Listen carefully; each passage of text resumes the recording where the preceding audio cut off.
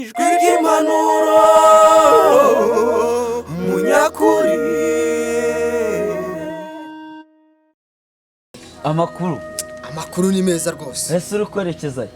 Yebana, nari nerekeye hano haruguru ku gasantere. Nari ngiye gufata agacupa numvaga mfite icyaka.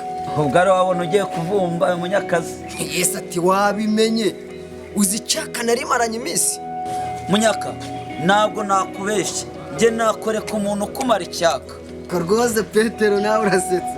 Ubu wanyereka umuntu umara icyaka neza kigashira. Cyane rwose wowe byemera nge kumukwera. Uwo muntu nkubwira nta wundi ni Yesu Kristo ushobora kukumara icyaka wenyine. Namenye ngiye. Yesu uramuzi urundi. Yemwe n'abagabo. Ariko se bite byanyu? Ariko Munyaka wabaye uzahora usinze buri gihe. Iki kigabo ngo ni Petero kiri kuza kimbwira ibya Yesu. Amafoto yawe amanitse bari kuyohereza ku mbuga nkoranyambaga, wabaye umusinzi ruharwa. Umuntu nkawe ujijutse twari tuzi ko ujijutse.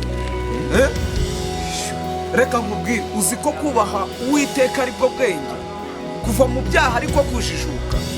Wakijijwe koko, ariko wabaye wakijijwe ukareka kuduteza ibibazo. Munyakuri